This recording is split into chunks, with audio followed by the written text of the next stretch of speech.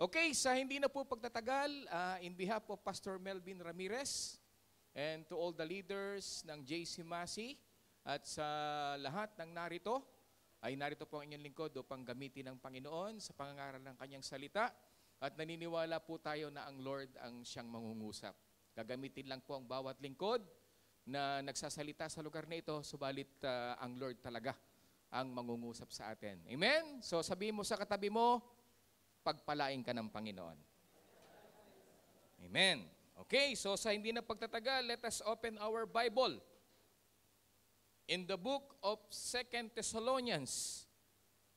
O sa Tagalog ay Ikalawang Tesalonika, Kapitulo 2, talatang 1 hanggang 4. Ikalawang Tesalonika, Kapitulo 2, talatang 1 hanggang 4. Ganito po ang sinasabi.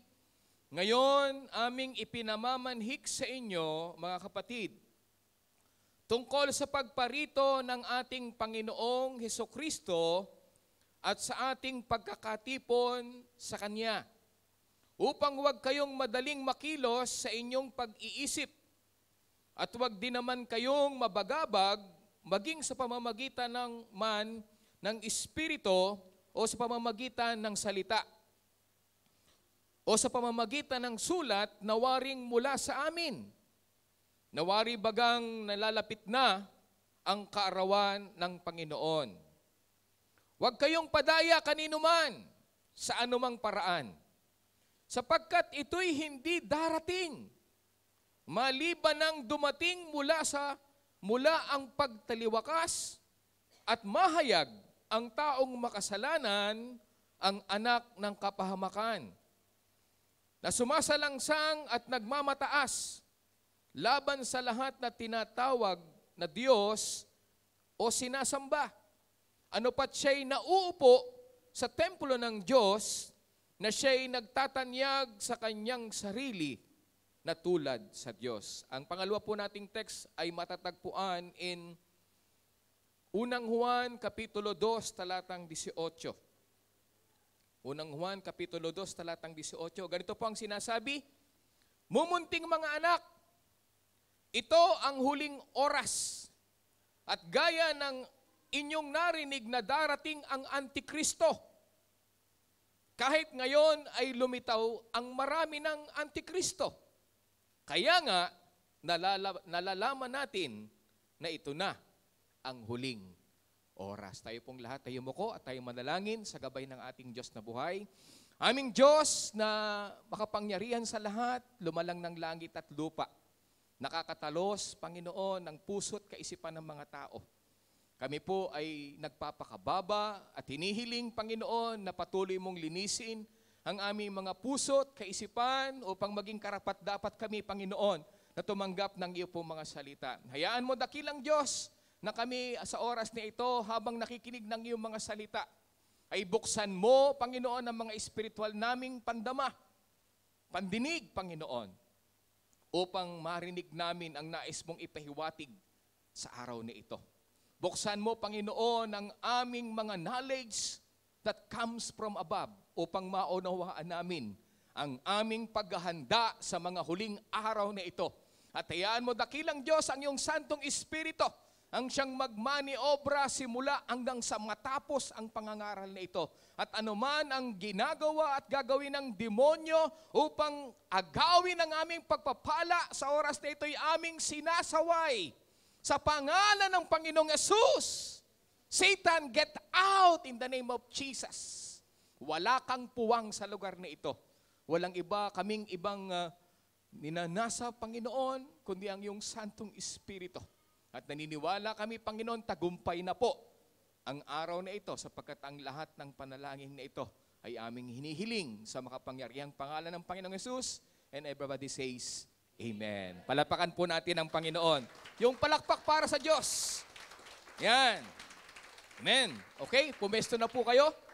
At pumesto kayo ng mas magandang pwesto sapagkat ang ating pag-aaralan ito po ay medyo pag-aaral, ano? Patungkol sa atin pong nalalapit na event. Amen? Kaya humawak kayong mabuti sa inyong mga upuan at ang mga nasa online, makinig kayong mabuti upang patuloy na maunawaan natin ano ba ang magaganap. Alam niyo po ba na ang pagbabalik kong ito ay medyo malungkot pagka may pamilya ka. Masaya naman sapagkat alam mong babalikan mo yung gawain ng Panginoon. Ayan, alam niya ni Sister Ching, nagagaling lang sa bakasyon, si Brother Boy.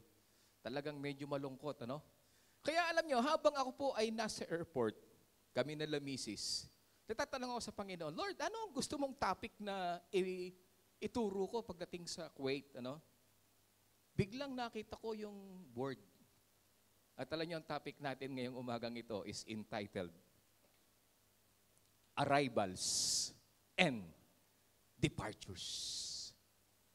Alam na alam natin ito, mga kapatid, kapag lalo tayo ay mag-abroad o kaya magbabakasyon, At any airport, mga kapatid, the most popular spot is the arrivals and departures board.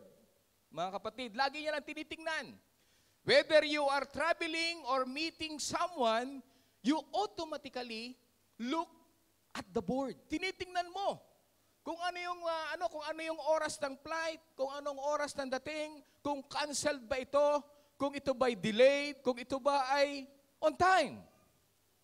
Amen? Sa lahat ng nasa abroad, magsabing amen.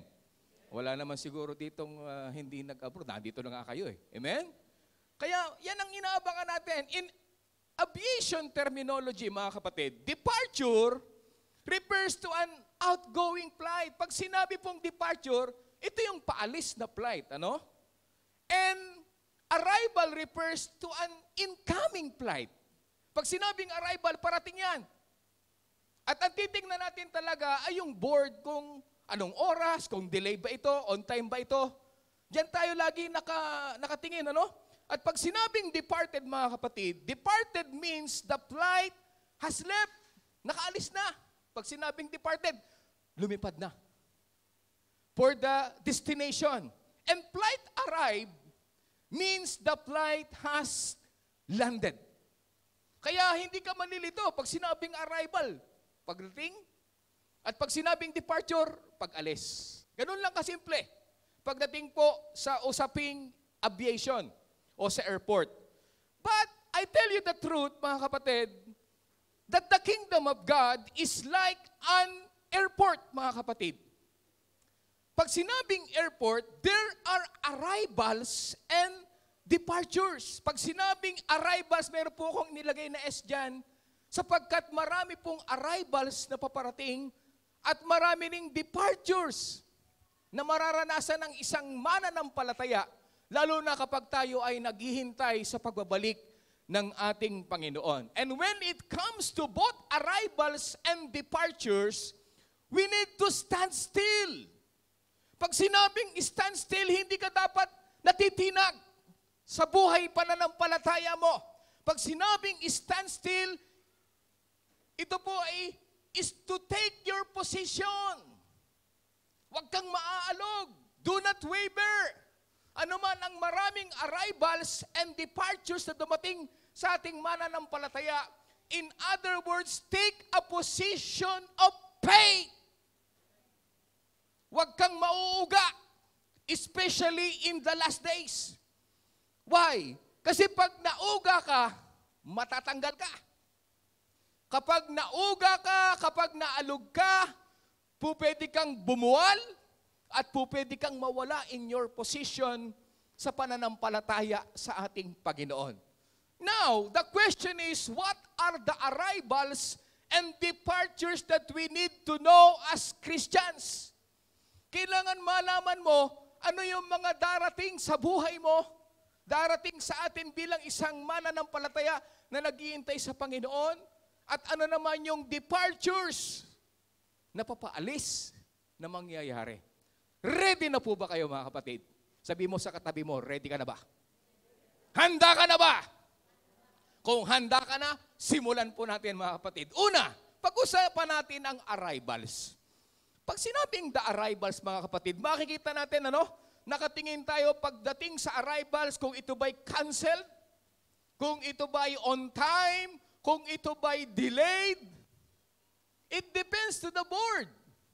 na makikita natin at yun ang inaabangan natin. Di ba nakasakay sa Kuwait Airways yung aking susunduin? Titingnan mo ngayon doon. Naku, delayed pala ang dating. Amen? So makikita natin, pagdating sa arrivals, ito ang sitwasyon na makikita nyo sa airport. Una, meron po bang mas nakakapagpataba ng puso kaysa makita ang mga taong naghihintay sa gate para sa kanilang mahal sa buhay o minamahal na bumaba mula sa eroplano, lumakad sa hallway at yayakapin ng mahigpit. Walang ibang sasaya mga kapatid yung darating ka na nakikita mo mayroong nag-aantay sa gate, ano? At tapos hindi lang nag-aantay sa gate. Yung paglalakad mong ganun, may biglang sasalubong sa iyo at sa, Daddy! Asawa! Kita rin tayo! Mahal na mahal kita. At talagang grabe. Meron po bang masasaya pa sa isang tagpo kung saan may naghihintay sa iyong pagdating? Sabik na hinihintay ka sa iyong paglabas upang mayakap ka ng mahigpit. May kasamang halik. Amen? Wala nang ibang mas tataba pa at magpapasaya sa atin na kapag darating ka in your arrival, may sasalubong sa'yo. And that is the best thing na napakasarap sa pakiramdam. Na sa kabila ng pagod, pag nakita mo na ang iyong mahal sa buhay at yumakap na, talaga namang parang ang lahat ng pagod po mga kapatid ay nawawala. Amen po ba sa mga nag-abroad? Palapakan nga natin ang Panginoon. Kaya lang may mga arrival naman, pangalawa ito matindi. Meron din namang nakahanda na rin ang mga pulis na may posas sa kanyang pagdating. Dahil may kaso pala siya at didiretso siya saan? Sa kulungan. Malungkot na sitwasyon ito. Amen? At pangatlo, meron namang arrival, meron din namang walang gustong sumundo dahil walang mabuting maidudulot at kinatatakutan pa ang kanyang pagdating. Amen? Walang gustong sumundo.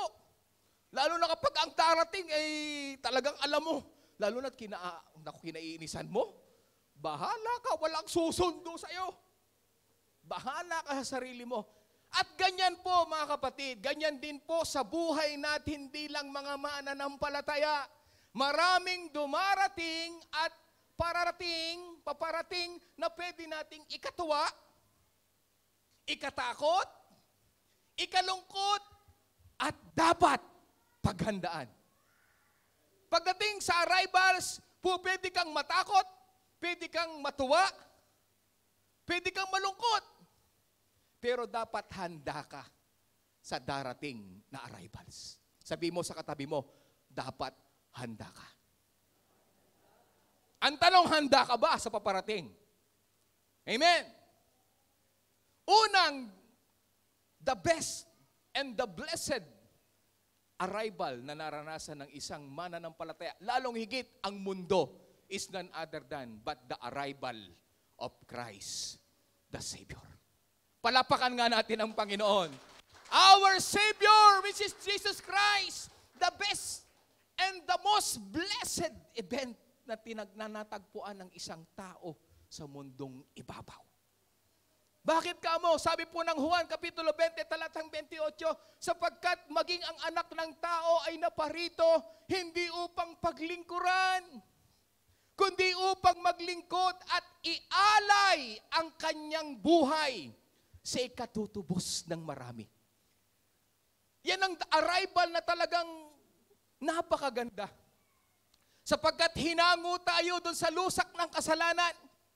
Hinango tayo doon sa pagkaparusa patungo sa impyerno. At ang kanyang pagtungo sa mundong ito, mga kapatid, hindi para siya ay paglingkuran, kundi siya yung naglingkod po sa atin, mga kapatid. From the time of His arrival, alam na natin, gusto siyang patayin nila Herodes. Amen? Walang dumating na papalit na hari ng mga hari ang tagapagligtas. Tiniis niya ang kanya pong buhay sa mundong ito. Ipinanganak siya sa isang simple, at hindi lang simple mga kapatid, hindi mo i-expect na ang hari ng mga hari, ang Diyos ng mga Diyos, ipapanganak sa pasabsaban. Alam niyo po ba, yung Belen na ating tinitingnan, hindi ganon ang kanyang pinagkapanganakan. Kasi ang ganda ng pasabsaban, yung Belen na nabibili natin, i-display mo, lalo ngayong magpapasko. Hindi ganon. Ito'y parang kuweba. Nakita niyo yung mga ano dyan, yung sa Kuwait? Yung mismong lugar? Ang baho po mga kapatid. Ang dumi. Pero yun ang pinili ng Lord para wala kang maisumbat sa Kanya. Amen? Yung iba, ipinanganak sa ospital. Yung iba sa hilot, sa bahay. Pero ang Lord, grabe, walang hilot. Pinanganak sa pasabsaban. At alam nyo, nabuhay siya as a carpenter. At hindi lang yon, kundi siya ay namatay para sa ating kasalanan dun sa cross of Calvary. Kaya nga ang sabi ng ating Panginoon in Romans chapter 5 verse 8, but God demonstrate His own love toward us, in that while we were still sinners, Christ died for us. Ganyan katindi. And the gospel of Christ is the only way to heaven. And that is the great event na ating natanggap bilang isang mananampalataya. Bakit hindi mo palapakan ang Diyos? You receive the gospel of Christ, your salvation. His death, His burial, and His resurrection. Yan lang po ang way patungong langit. Hindi way yung pag-anib mo sa relihiyon. Hindi way yung tao, kundi si Kristo ang patungo sa langit na bayan. Palapakan natin ang Panginoon. And we need to obey by repentance, baptism in Jesus' name for the remission of sin, and you will receive the gift of the Holy Spirit. So yan po yung makikita natin na unang arrival na dapat ay iniingatan natin. Hello. Iniingatan mo ba yan? At taus-puso ka bang nagpapasalamat sa arrival ng ating Panginoon? Amen? The second arrival na sinabi ng ating Panginoon. Ito na. The arrival of things to come. Hindi ko alam kung matutuwa kayo dito, matatakot o malulungkot. Pero ito ang katotohanan. Matthew chapter 24. Verse 3 to 14. At samantalang siya'y nakaupo sa bundok ng mga olibo, ay nagsilapit sa kanya ng bukod ang mga alagad na nagsisipagsabi, sabihin mo sa amin kailan mangyayari ang mga bagay na ito? At ano ang magiging tanda ng iyong pagparito at ng katapusan ng sanlibutan? Verse 4. At sumagot si Jesus at sinabi sa kanila, mag-ingat kayo na huwag kayong mailigaw ninuman. Bakit? Verse 5, sapagkat marami ang magsisiparito sa aking pangalan na mga nagsasabi, ako ang Kristo, at ililigaw ang marami. Now, the event na nangyayari po sa atin, from the time that the Lord Jesus Christ ay bumalik dun sa langit na bayan, alam natin, isa-isang dumarating ang mga tandang ito. At pagkarating na yon, nangyari daw, sabi diyan, mag-ingat kayo kasi marami daw darating. Hanggang ngayon, maraming dumarating na sasabihin siya yung Kristo. At marami daw po ang maililigaw. Verse 6, at mga kakarinig kayo ng mga digmaan. Ayan na. Simula pa noon, ang dami ng digmaan tayong natuklasan. Naabutan at hindi naabutan, pero ang dami. At mga alingaw-ngaw na mga digmaan, Ukraine at Russia.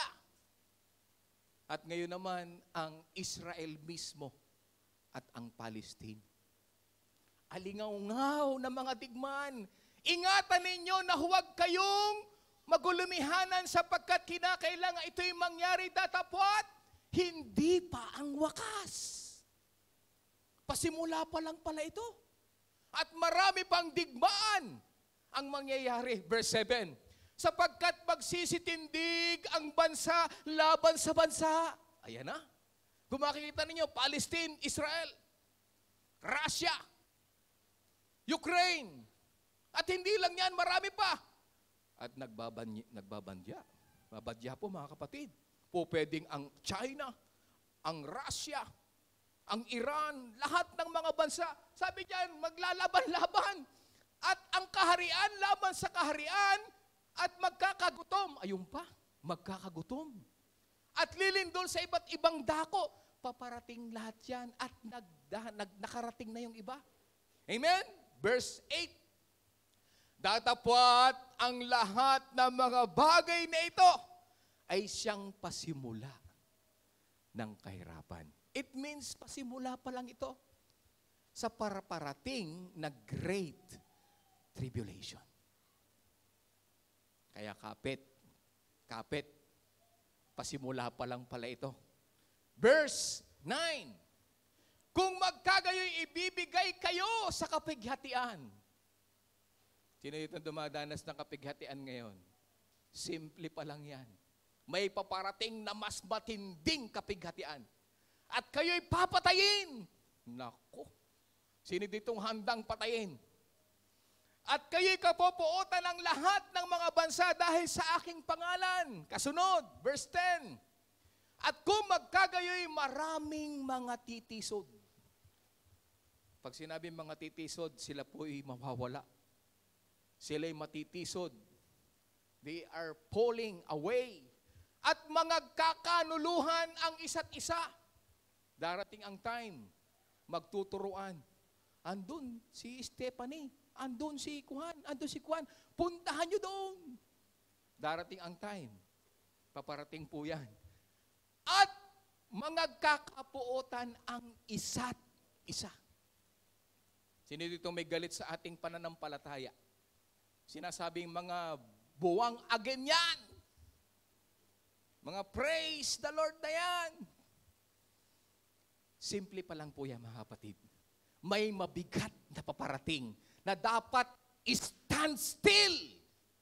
Kailangan wag kang maaalog sa iyong pananampalataya.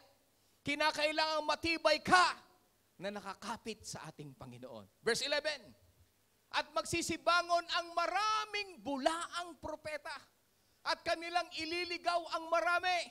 Verse 11, verse 12, at dahil sa pagsagana ng katampalasanan, sa pagdami ng masasamang nangyayari sa mundong ito, sa nangyayaring mga dumarating at paparating, ang pag-ibig ng marami ay lalamig. Hawakan mo yung katabi mo. Baka nilalamig na yan. Pero hindi yan ang tinutukoy kong paglamig.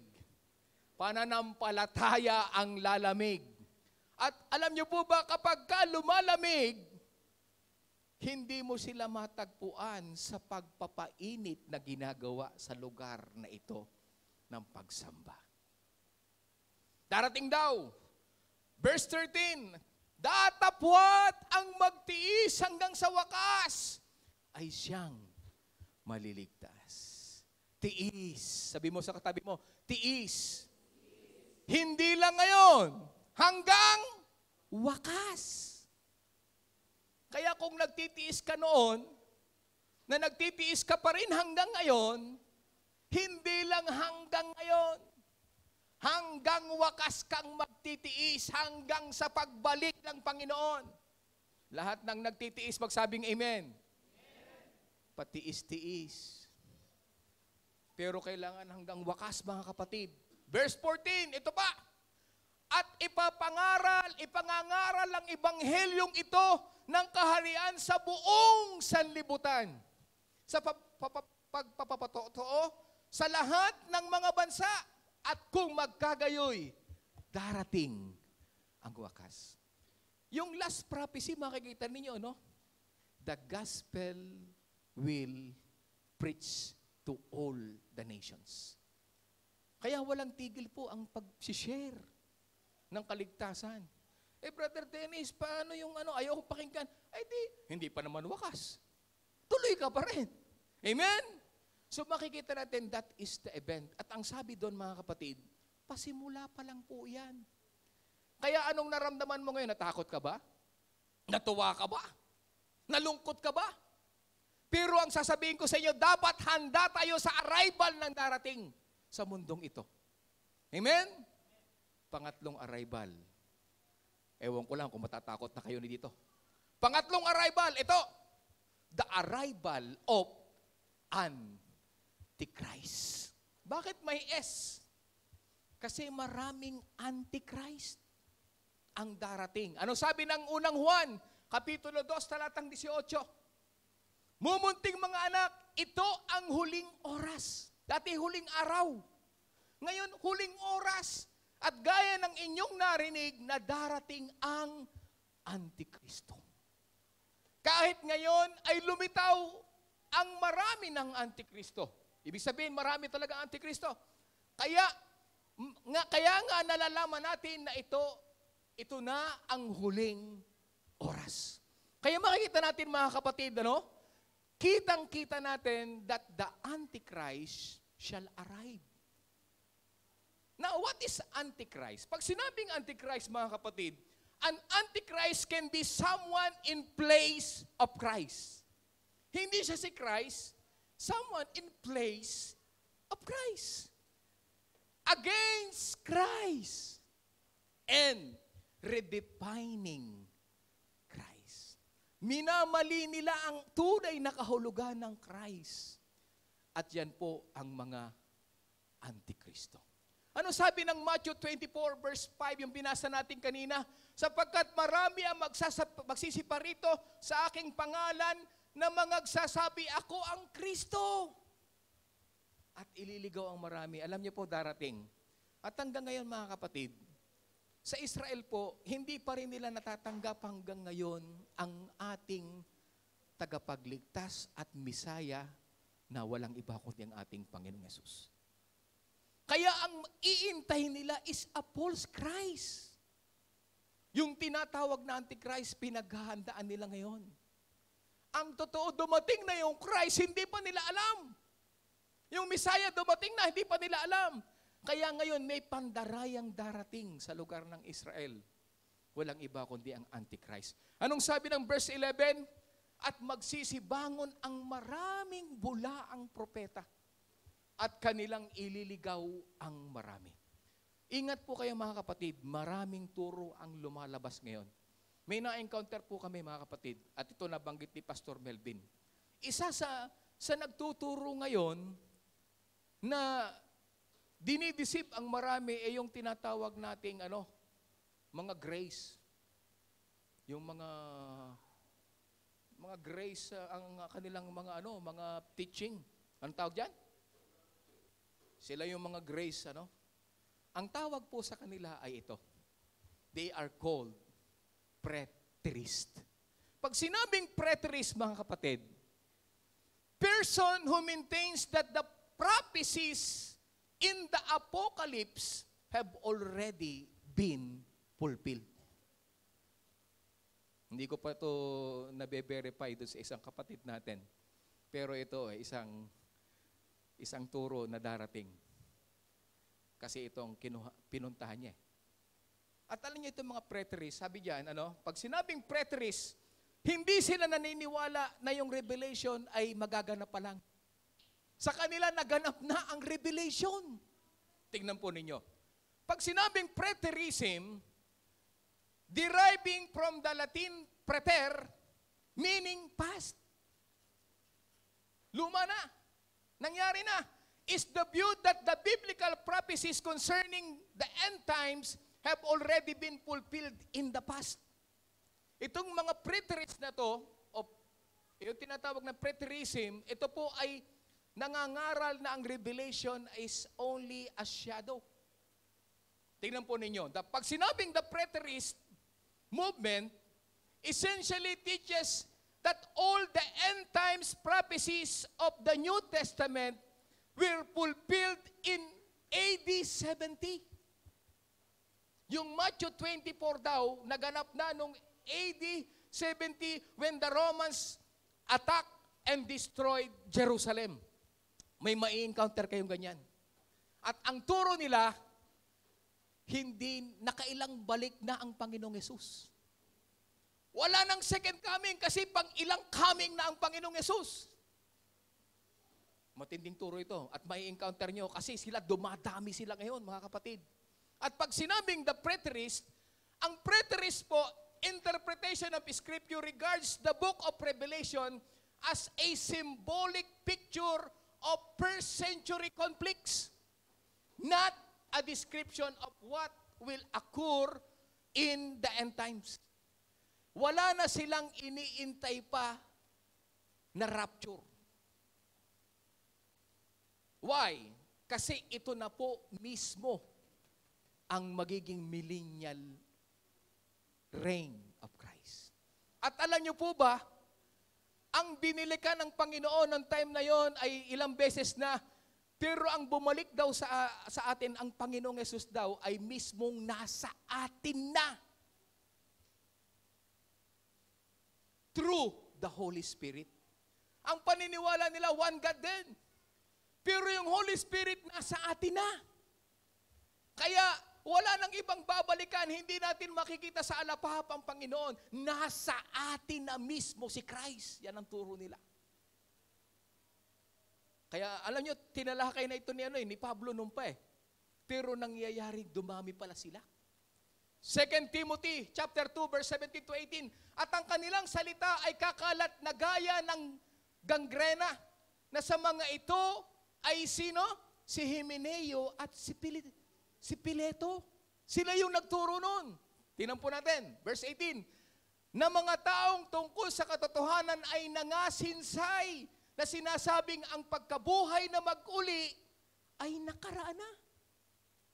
In the time of Paul, itinuturo na yan. Tapos na ang rapture, tapos na ang pagkabuhay na magmuli. Dumating na ang Panginoon. At ginugulo ang pananampalataya ng iba. Mag-ingat kayo mga kapatid. There are a teaching na nagsasabi na wala na pong rapture. At ang turo nila ay kaparehas ng mga pangalawang tawag na mga turo.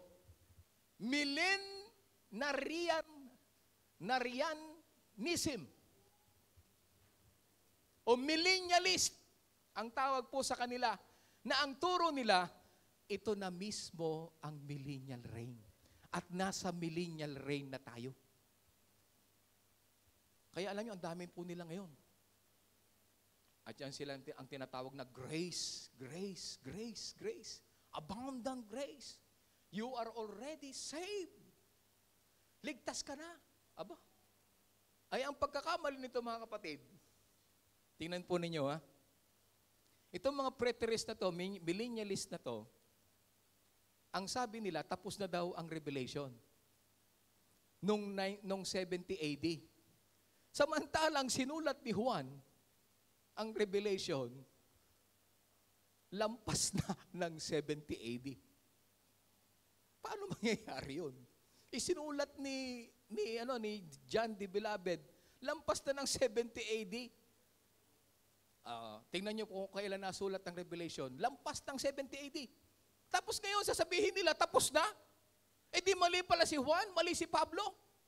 Kaya ingat, ingat, ingat tayo. Maraming lilitaw na mga antichrist. Babaligtarin ang turo ng ating Panginoon. Kaya tayo, nakakalungkot naman, nagpapagal ka, wala ka palang iintayin Christ. Wala ka palang iintayin rapture, sapagkat ito na pala ang millennial reign. Ingat tayo po dito. But for the true believers of Christ, we are waiting for the blessed hope. And that is the rapture day. Na makikita natin ang Panginoon sa alapap at kukunin niya yung mga alive and remain. Kaya wag pa tayong padadaya dito. Okay, pang-apat na arrival. This is the arrival. There is a man who will arise known as the Antichrist. Kanina, maraming Antichrist. Ngayon, mayroong darating na talagang Antichrist. At alam nyo kung ano itong Antichrist na to? The Antichrist and the New World Order. Siya yung magpapatupad ng New World Order. At alam nyo po ba ang Antichrist na ito ay narito na? Hindi pa lang nagpapakilala. Pero basahin natin para wag tayong mamali. According to 2 Thessalonica, ito po yung verse natin, mga kapatid. Tingnan po ninyong mabuti. Verse 1. Ngayon aming ipinamamanhik sa inyo, sabi ni Pablo, mga kapatid, tungkol sa pagparito ng ating Panginoong Hesukristo at sa ating pagkakatipon sa Kanya. Maliwanag. Yung pagbabalik ng Panginoon. The arrival of Christ. And the meeting together. Ang tinutukoy nito, walang iba kundi Rapture Day. Ngayon, verse 2. Upang huwag kayong madaling makilo sa inyong pag-iisip at huwag din naman kayong mabagabag maging sa pamamagitan man ng Espiritu. Basta sa mga Espiritu. O sa pamamagitan ng salita o mga kwento. O sa pamamagitan ng sulat na waring mula sa amin. Parang sa kanila galing pero iba pala. Nawari bagang nalalapit na ang kaarawan ng Panginoon. Verse 3. Makinig po kayo mabuti. Huwag kayong padaya. Sabi mo sa katabi mo, huwag kang padaya. Huwag kayong padaya kanino man sa anumang paraan. Sapagkat ito'y hindi darating. Anong hindi darating? The Rapture Day. The meeting together of the believers.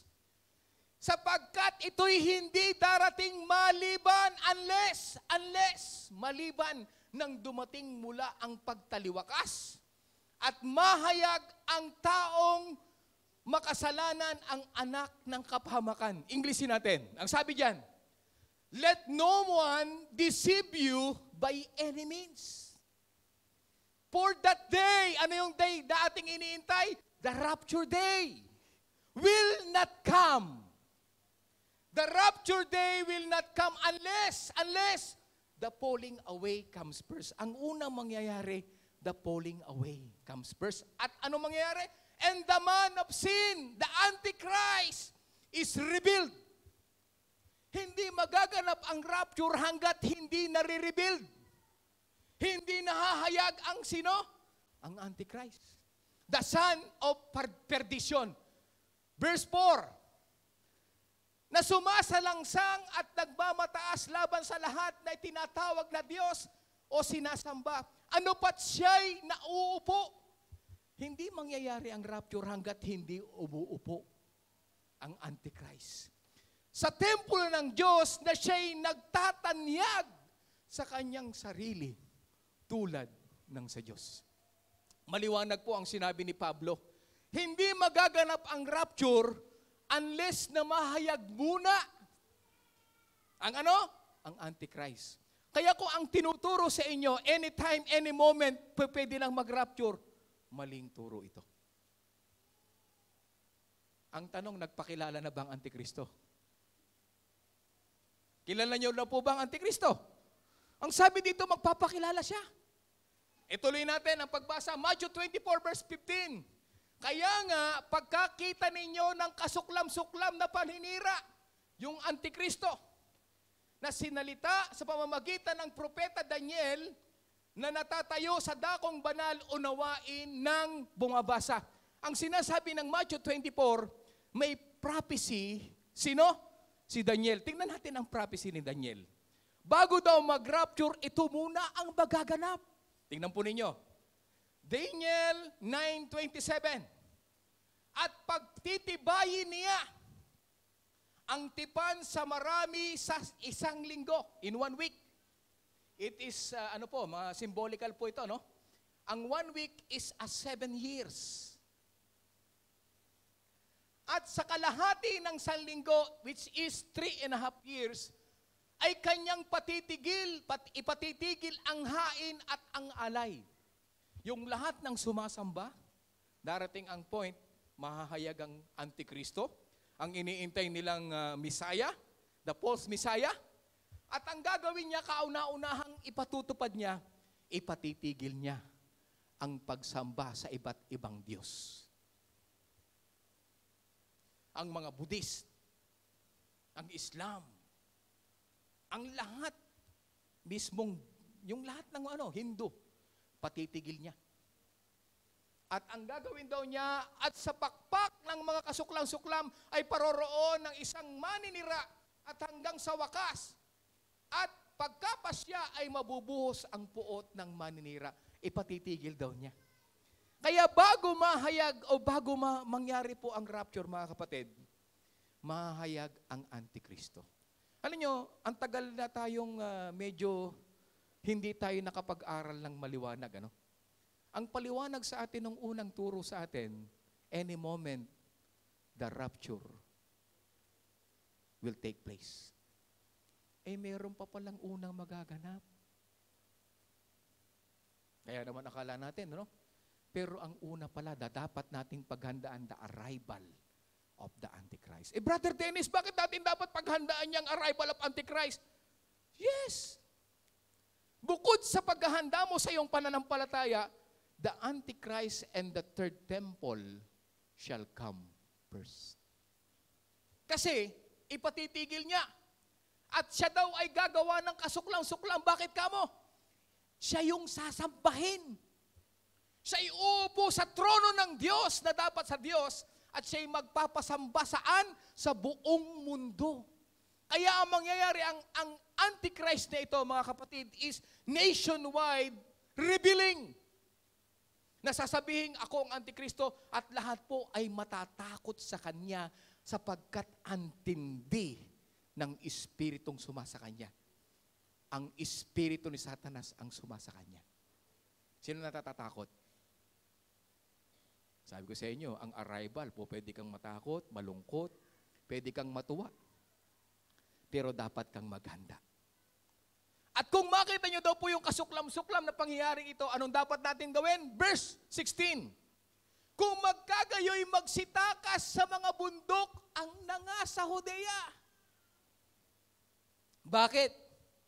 Kasi darating kapag umupo na po itong Antikristo, lahat ng mananampalataya, ipahuhuli niya. Lahat, lalo na kapag nasa kapatagan ka, ang bilis. Natatandaan niyo yung nangyaring COVID? You cannot buy and sell without the mark. Wala pa yung mark talaga. Ano pa lang yun? Vaccine pa lang yun. Di ba? Pero hindi ka na po pwedeng lumabas dahil kontrolado. It is the same thing na gagawin ng Antikristo. Naggawa na po siya ngayon ng ng sample sa mangyayaring paparating. So the arrival of Antichrist, mga kapatid, suggests our departure to the clouds is at hand. Kapag dumating ng Antikristo, it suggests that our departure, our rapture is at hand. Amen? And what is that?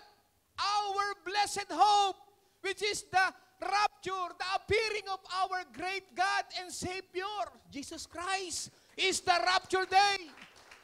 Kaya pag lumabas na, mga kapatid, wag po kayong, wag naman itong maging dahilan para, matagal pa pala naman ang rapture. Alis muna ako sa aking pananampalataya. Babalik na lang ako pag lumantad na ang Antikristo. Wag naman ganoon. Hindi ganoon ang Panginoon. Amen?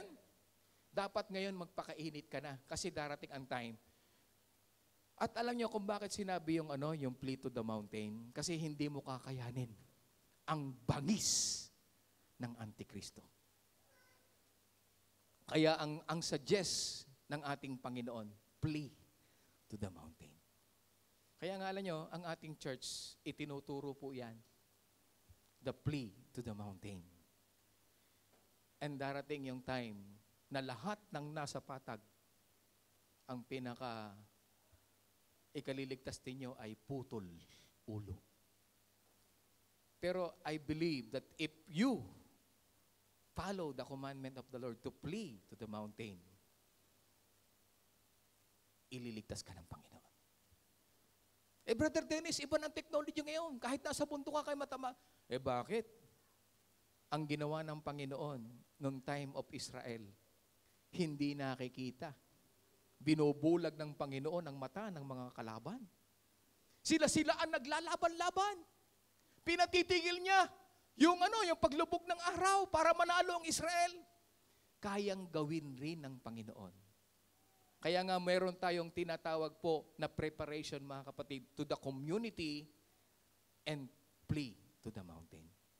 Ang sabi po doon sa ating binasa, sa mga bundok. Hindi sinabing sa Aurora lang may bundok. Kung abutan ka man sa lugar, maging matalino ka. Pagdating ng panahon, you need to flee. Kasi bakit kamo? Uunahin niya ang kapatagan. The Antichrist. Alam niyo, ito ay ipinapangaral po natin ng hayagan. Kasi baka ma-misinterpret ninyo. Bakit hindi itinuro ito ni Pastor Melvin? Bakit sinabi niya anytime magra-rapture na, yung pala kinakailangan pala lumabas pa ang Antikristo? Itinuturo na sa inyo. Lalabas ang Antikristo. And the time comes. Kung makikita niyo yung panggugulat dun sa COVID-19, ganun kabilis ang changes na gagawin ng Antikristo. In the twinkling of an eye, sa isang saglit, magugulat tayo, meron na palang naka-reign na Antichrist. Kaya alam niyo po, that is all the arrivals. Pag-aralan naman natin ngayon ang departures. Nalaman niyo na, ang arrivals. Ito naman ang departures. Dito kayo dapat matuwa. Tingnan po ninyo. Alam niyo po ba sa departures, I hate departures. Ayoko nang umaalis. Lalo na nang umalis kami, naku, grabe si Dylan kung umiyak. Daddy, Mommy, why you leave me? Alam niyo ang ginawa namin, mga kapatid. Nasa airport na kami, akala niya kasama siya. Sabi niya doon sa mga kasamahan namin doon, sa magulang ko, tsaka sa mga kapatid, I will call you when I'm in Kuwait, ha? Don't be afraid. I will call you all. I will call you in the messenger. Naku, nagkakatingin na kami ni Mrs. Naku, delikado ito. Nakasakay siya doon sa trolley mismo, yung pinaglalagyan ng bagahe namin. At hindi umaalis kasi alam niya, napalipad na kami.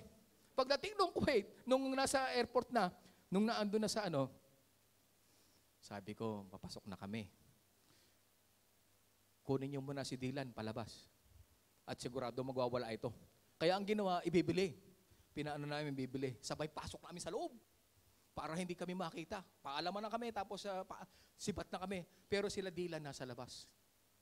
Alam nyo, nung pagdating namin sa loob, nung pagbalik niya, wala na kami. Naku, nagmamaktol na. Nung tumawag na, I hate you!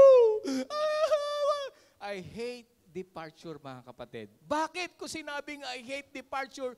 Because the saddest sin is in the departure.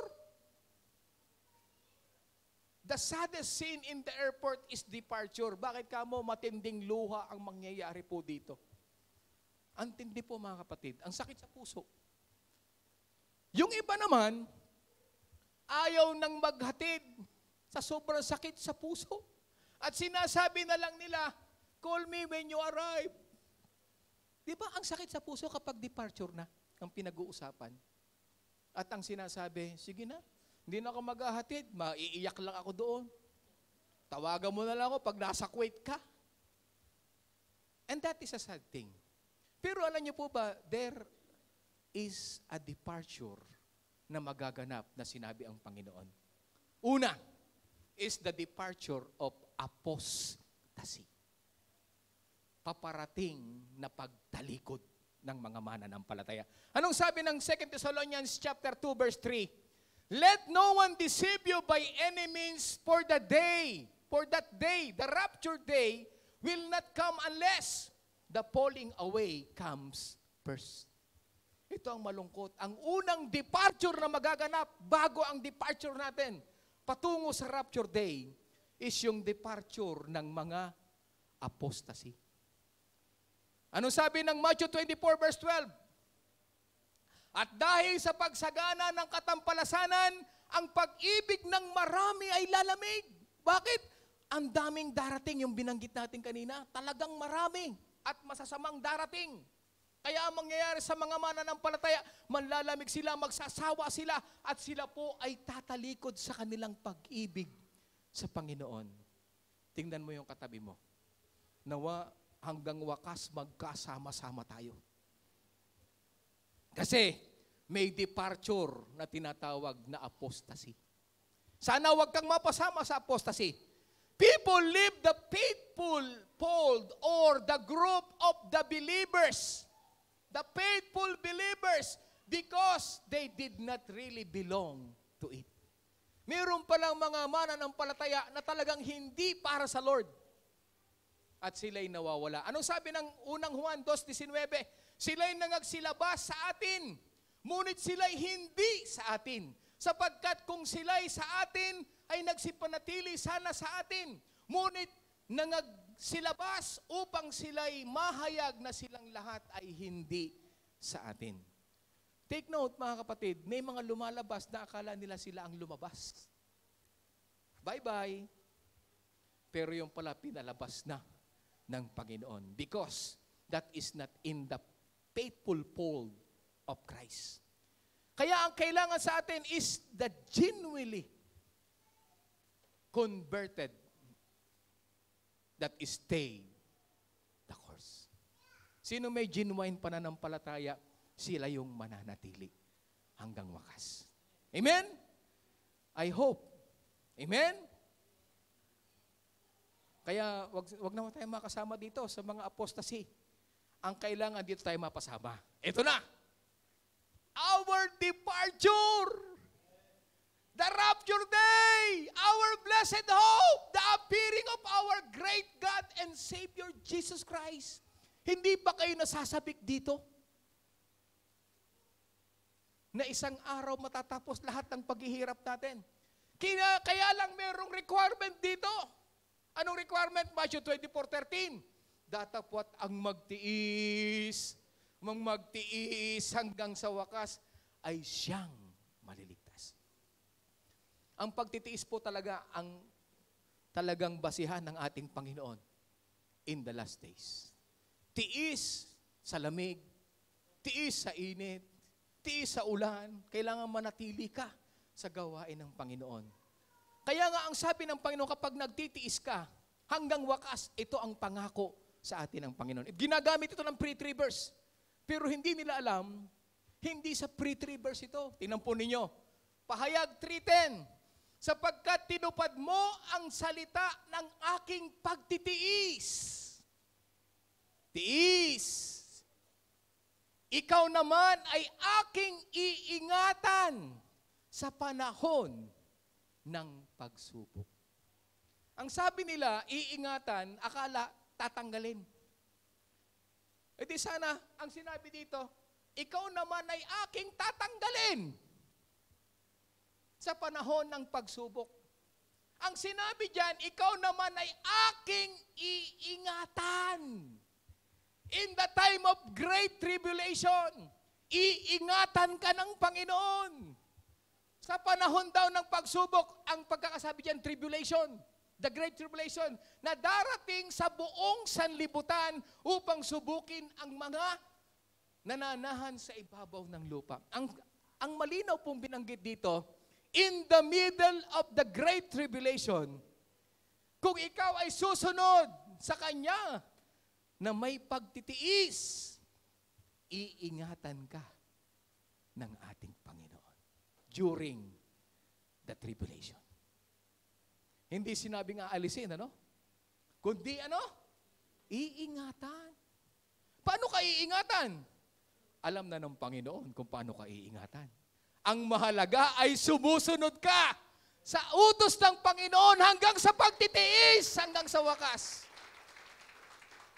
I don't know what kind of power, what kind of miracle ang gagawin ng Panginoon, pero ang pangako niya, iingatan ka.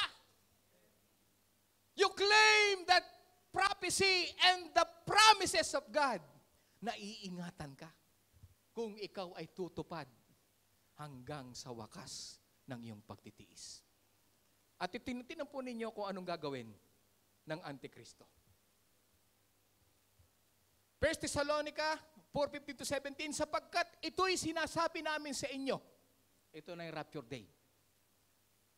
Sa salita ng Panginoon, na tayong nangabubuhay at nangatitira hanggang sa pagparito ng Panginoon ay hindi tayo mga uuna sa anumang paraan sa nangatutulog. Yung alive and remain daw, hindi tayo mauuna doon sa namatay kay Christ. Kasunod, verse 16. Sapagkat ang Panginoon din, ayan na, ang bumababa mula sa langit, na may isang sigaw, may tinig ng arkanghel, at may pakakak ng Diyos, at ang nangamatay kay Kristo ay unang mga bubuhay na magmuli. Tingnan po ninyong event ng rapture. Yung lahat daw ng mga namatay kay Kristo, ang unang bubuhayin. Kasunod yung mga buhay at nananatili sa pananampalataya. Ang tanong ko po sa inyo, yung first resurrection, yung unang pagkabuhay na magmuli na binanggit dito ng ating Panginoon, yun po bang mga pinutulan ng ulo ay patay? Siyempre, meron ba kayo nakita walang ulo, buhay? Ay, ano yun? Zombie yun. Alam niyo po ba lahat ng pinutulan ng ulo ay patay? Physically. Kasama sila sa bubuhayin. That's why our stand is in the mid-trib, ang pagdating ng Panginoon. Magaganap muna na mahayag ang Antikristo, magaganap muna na maputulan ng ulo ang mga ayaw magpatatak ng mark of the beast, saka pa lang magkaka-rapture. Kasi, hindi po pwedeng yung patay, binuhay na, meron pa rin papatayin, bubuhayin uli. Hindi po pwedeng magkakaibang event po ito, iisang event lang po ang pagbuhay ng Panginoon. And that is in the rapture day. Kaya yung mga pinutulan ng ulo, bubuhayin din sila na mauuna sa atin na alive and remain. Sure ka ba dyan, Brother Dennis? Na alive and remain ka? If I flee to the mountain. Alam niyo po ba, pahirapan pag naandito ka, naabutan ka sa kapatagan? Talagang, tingnan ko lang. Putol ulo? Hindi ka makakakain. Hindi ka makakabili ng gatas sa anak mo. Hindi ka makaka-travel. Anong gagawin mo? Sige na nga, putol na. Ganun lang ba? Hindi. Ang gagawin mo, sige na nga, tatak na. Para lang makabili, para lang makasama. Pero kapag ayaw mo, putol ulo ka. Putol. At ito na, sasabihin ko sa inyo, kung kayo man ay abutan sa kapatagan na nakahayag na ang Antikristo, magpaputol na kayo ng ulo. Kasi pag hindi naputol ang ulo nyo at tumanggap kayo ng tatak, ang sabi ng Revelation chapter 20, wala nang second chance para makasama ang Panginoon. So ang ating stand, mga kapatid, unang mabubuhay ang mga namatay kay Kristo, kasama yung mga pinutulan ng ulo. Kasama pa lang, saka pa lang tayo bubuhayin na magmuli ng ating Panginoon. In the rapture day, palapakan natin ang Panginoon. Anong sabi ng verse 17? Kung magkagayon, tayong nangabubuhay, na nangatitira, alive and remain, ay aagawin kasama nila sa mga alapap upang salubungin ng Panginoon sa hangin. At sa ganito'y sa Panginoon tayo magpakailanman. Hallelujah! Magtiis ka na. Ang mahalaga, wag pa walang hanggang kasama mo ang Panginoon. But if you will sell your rights as children of God at tinanggap mo yung mark, wala ka ng chance. Amen? Maliwanag po ba? So ang departure, mga kapatid, dalawang klase lang yan. Departure, apostasy. Departure, rapture day. Pangatlo at huli, natatalakayin natin. The mark and the seal. Alam nyo, nung kami po ay nasa airport, hindi tayo po pwedeng makalipad nang hindi dadaan sa immigration. Hello. We are all need to pass through immigration area. Para saan? Yung lahat ng umuwi. For verification in immigration area. Kung talagang po pwede kang mag-flight. Amen? I-verify. Ikaw ba talaga yan? Bakit may biguti ka dito? Bakit ano iba itsura mo dito? Ibang kilay mo. Bakit tattoo na yan? I-verify. Kaya ingat sa tattoo ng kilay na meron doon na delay dahil ibang muka. Dahil sa kilay. Amen? Kasunod, stamping in immigration area. Hindi po pwede kang umalis na walang stamp. Hello? Yes. I-verify and then i-stamp. And that kind of stamp must go through ang isang believer. And that is called the differences between the mark of the beast and the seal of God. May pagkakaiba po ito mga kapatid, yung mark of the beast sa seal ng Lord na mag-iingat in the great tribulation. Simulan natin. Una, the Greek word used for this mark of the beast is charagma. Charagma. Pag sinabing charagma, yung mark of the beast related to the brand seared into animals to denote their ownership. Ang ginamit po na Greek word pagdating sa mark of the beast is charagma. Pag sinabing charagma, para kang tinatakan na isang hayop para sabihin ikaw ay nabili na at ikaw ay pagmamay-ari na ng beast na ito. Ngayon, a mark represents ownership. Satan brands his followers like animals. Kapag ikaw ay natataka na, I don't know what kind of mark is this, mga kapatid. Wala. Even yung vaccination, this is not already, nasasabihin natin yan na yung mark. Wala nang sinabi. Walang patunay na yan na. Nag-iingat lang tayo. Kasi po pwedeng gamitin, kasi ginamit eh. Hindi natin alam, but for sure, once na natatakan ka ng mark of the beast, you are owned by the beast. Na para kang tinatakan na hayop na nakalaan for destruction.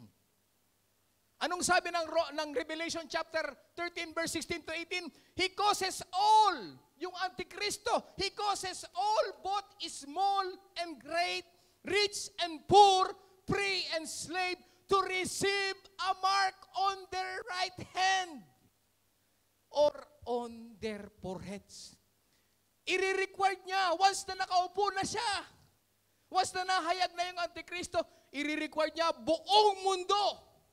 They need to receive the mark of the beast. At ano mangyayari? And that no one may buy, walang makakabili or sell except one who has the mark of the name of the beast or the number of his name. Verse 18, here is the wisdom.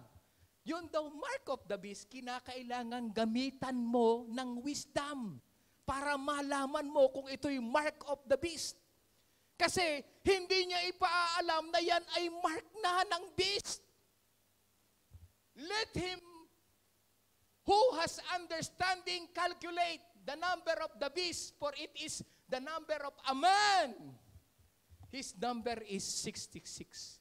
Hindi literal na 666 ang ikatatak sa'yo. Na yung iba nga, nagtatuna ng 666 eh. Unahan ko na ang Antikristo, nagpatatuna ako, 666 na. Hindi ganun eh. Merong tunay na tatak ang beast pagdating ng right time. And I don't know that time. Only the Lord knows that time. Kung ito'y ipahayag ng Antikristo na kailangan lahat yan tatakan, lahat yan tumanggap, wag na wag kang tatanggap. Maputulan ka na ng ulo. mamatay ka na. Kasi pagka tinanggap mo yan, you are owned by the beast. At yung pangalawa naman, kapag kakaiba, kung makikita ninyo, no? Ang mark of the beast, para kang hayop na tinatakan of ownership. Pero itong pinakamaganda, mga kapatid, you must have it. Sabi mo sa katabi mo, you must have it. Ano yun? Ito yun. The followers of God are sealed. From the Greek root word, ispragis. Anong ispragis? Referring to a proof or inscription, sign, and seal. Ang ginamit ng Lord pagdating sa seal ay hindi kagaya ng mark of the beast. Ang ginamit ng Lord is pragis. In Greek word, ang ibig sabihin, sinelyuhan, tinatakan, at ginawang pagmamayari ng may-ari. The symbolism of this word is powerful. Anong ibig sabihin? Bakit powerful? God places a symbol of value on His people. Meron kang matatanggap na seal ng Panginoon para hindi ka galawin ng Antikristo. Para hindi ka maputulan ang ulo ng Antikristo. Para matiis mo ang paghihirap sa mundong ito, you must have it, the seal of the Holy Spirit. The seal of God. Ano yun? Tingnan po natin. Ephesians 1:13, in Him you also trusted after you heard the word of truth, the gospel of Jesus Christ, the truth, the gospel of your salvation. Lahat na nag-obey sa gospel of Christ, magsabing amen. Palakpakan mo ang Diyos. Included ka sa isisil ng Panginoon. Yes! In whom also, having believed, you were sealed with thy Holy Spirit of promise. Once you obey the gospel of Christ, you were sealed by the Holy Spirit. Tinatakan ka. At pag sinabing the seal of God is the Holy Spirit Himself na nasa sayo. It is a mark of approval, a mark of ownership.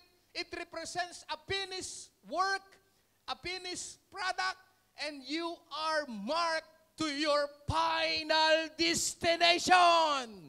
Palapakan mo ang Panginoon. Once that the Holy Spirit is with you, nakatira sa'yo, nasa sa'yo ang Holy Spirit, you are marked until the final destination of God. Amen. At alam niyo po ba, in the ancient world, the use of seal was primarily used in three ways.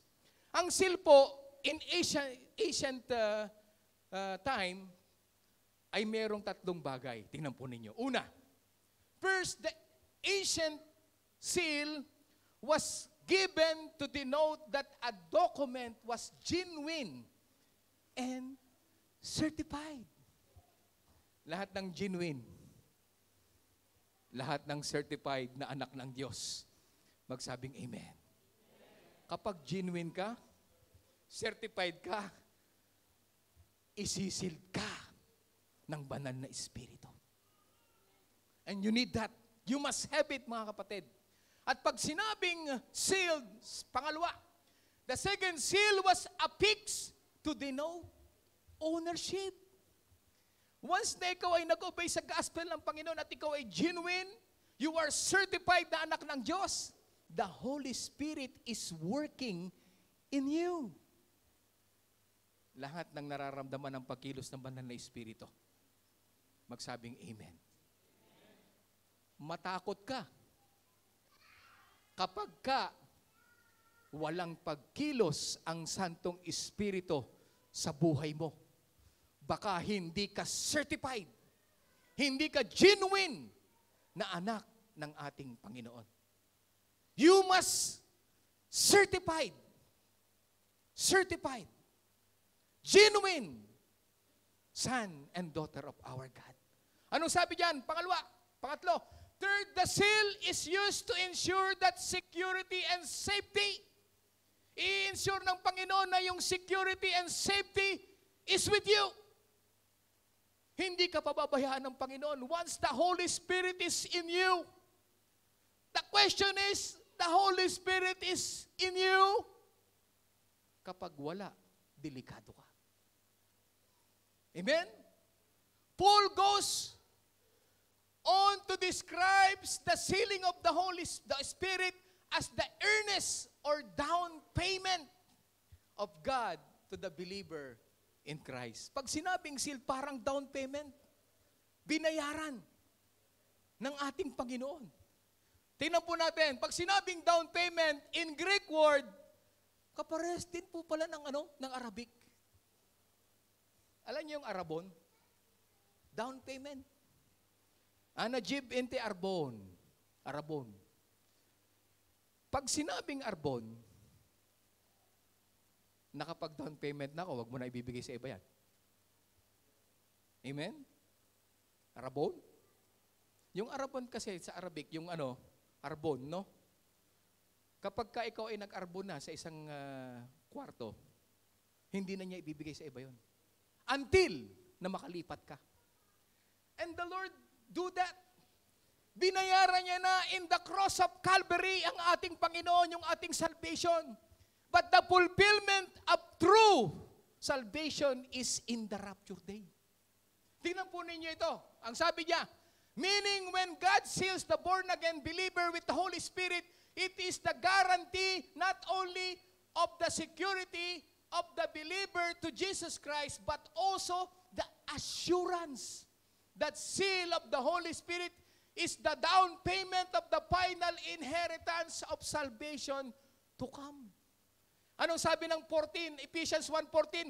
Who is the guarantee of your inheritance until the redemption? Yun daw palang ating guarantee. Yung sealed na yon ay ang garantiya ng tunay na salvation is in the time of redemption. At pag sinabing redemption, tinan po ninyo, the word redemption is from the Greek word apolutrosis, which means a releasing affected by the payment of ransom. Nakakita na ba kayo ng mga yung mga tinatawag natin na yung mga nakidnap? This can compare, mga kapatid, to a child who was hostage o nakidnap. The parents will pay the ransom and releasing of their child is in the day of redemption. Babayaran nung para makuha ma-redeem yung kanyang anak, magbabigay siya ng ransom. Pero hindi kagad pagkabigay mo ay automatic ay release na. Merong day of releasing. And that is the day of redemption. And what is that day? When? When is the day of redemption matapos na ma-sealed ka? The sealed and the day of redemption is none other than but the day of His coming and our gathering together to meet Him in the air is our final redemption, which is the rapture day. Ngayon pa lang tinatakan ka na. Tinatakan ka na, may sealed ka na ng ating Panginoon. Brother Dennis, nawawala ba ang seal? Yes. Kasi ang Holy Spirit daw ay mapanibughuin. Ang Holy Spirit daw ay Anong tawag doon? Siya, yung parang kalapati na lumilipad. Ang sabi ng Ephesians chapter 4 verse 30, do not quench the Holy Spirit. Sa paanong paraan nakukwens ang Holy Spirit? When you live in the flesh. When you return back on your old days. Your old you. Kaya dapat mapanatili natin yung sealed. And what is the sealed? None other than but the Holy Spirit. Ang tanong ko sa inyo mga kapatid, nararamdaman niyo po ba ang Holy Spirit? Na pinakang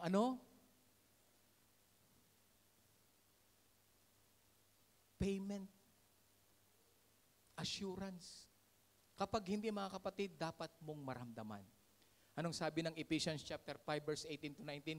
At huwag kayong magsipaglasing ng alak na kinaroroonan ng kaguluhan, kundi kayo'y mga puspos ng Espiritu.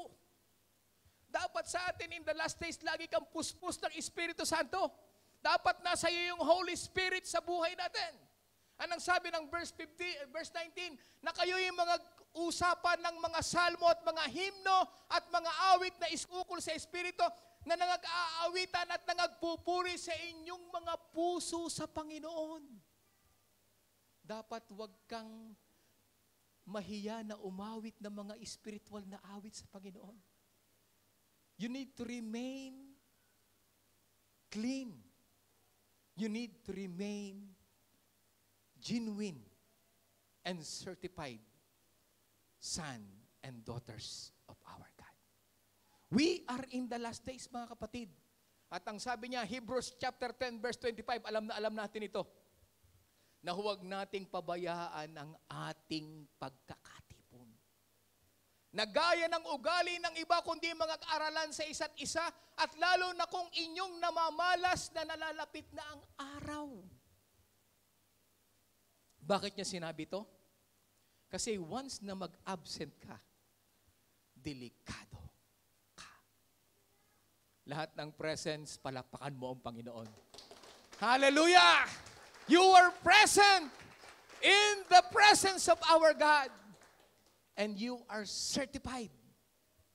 You are genuine children and daughters of our God.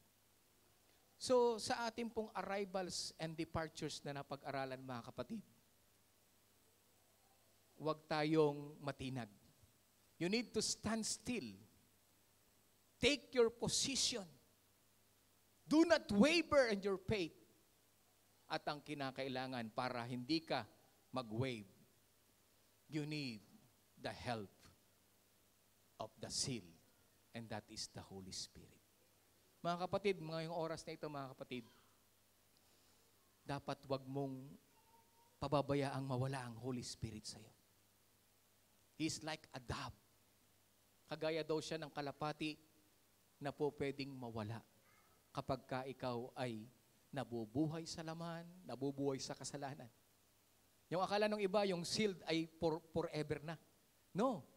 Ang pinakang final destination o redemption ay ang rapture day. Until the rapture day, kapag ka yung sealed na yan ay iyong napanatili, you are one of the certified and genuine son and daughter of our God. Are you ready for the arrivals and departures of your life? Amen? Kung kayo po ay handa na, at kung kayo naman ay hindi handa, tayo pong lahat ay tumayo. Tayo po'y manalangin sa ating Panginoon. You need the seal of the Holy Spirit, the seal of God, and that is the Holy Spirit. Mga kapatid, nagtiis na kayo ng mahabang panahon. Nagtiis ka na ng simula hanggang sa kalagitnaan. Ang sabi ng Lord, hanggang sa wakas. I hope na unawaan po ninyo ang arrivals na dumarating na ito. But there is a blessed day, and that is our departure. Ano kung dumating ang Antikristo? Ano kung magkagulo ang buong mundo? Ang mahalaga, you are sealed by our God. At ikaw ay iingatan ng Panginoon in the time of great tribulation. Taas po natin ang ating kamay sa Panginoon. Tayo po ay manalangin sa ating Diyos. Oh, hallelujah. Glory, glory, glory to Jesus. Sabihin mo sa Panginoon, hallelujah. Pinupuri kita, aming Diyos. Sinasamba ka namin, Panginoon. Father God, we acknowledge your divine grace and mercy. When we obey the gospel of salvation, the gospel of Christ, Lord, simula nung nag-obey kami, Panginoon, natanggap namin, Panginoon, ang iyong pagliligtas. At ayaw namin, Panginoon, na mawala ito hanggang sa day of rapture day, Panginoon. Salamat sa Santong Espiritu, Panginoon, natanda, Panginoon, ng tatak ng iyong pagliligtas. Dalangin po namin, Panginoon, patuloy kang manirahan sa aming buhay. Patuloy na mangusap at patuloy na magkontrol ng aming mga buhay sa huling araw na ito, Panginoon. Hayaan mong ang power of the Holy Spirit to give us knowledge and wisdom be upon us in every day of our lives. Kaya Panginoon, sa oras na ito, narito ang iyong mga anak. Itinataas ang aming mga kamay bilang tanda ng pagsusurrender, bilang tanda ng pagtitiwala, bilang tanda, Panginoon, na wala kaming magagawa kung wala ka. Kaya sa oras na ito, Panginoon, anuman ang dumating o paparating pa, hindi kami dapat magbagabag, hindi kami dapat matakot, hindi kami dapat malungkot. Kundi kinakailangan kami maging handa to stand still, to take our position. Do not waver in our faith and be a genuine and certified children of God. Hallelujah. Kaya dalangin po namin sa umagang ito, Panginoon, ang iniintay naming departure, which is the blessed hope, the rapture day.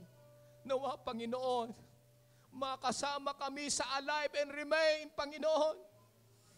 At tulungan mo kami, Panginoon, na makasunod kami sa iyong plano, sa iyong utos.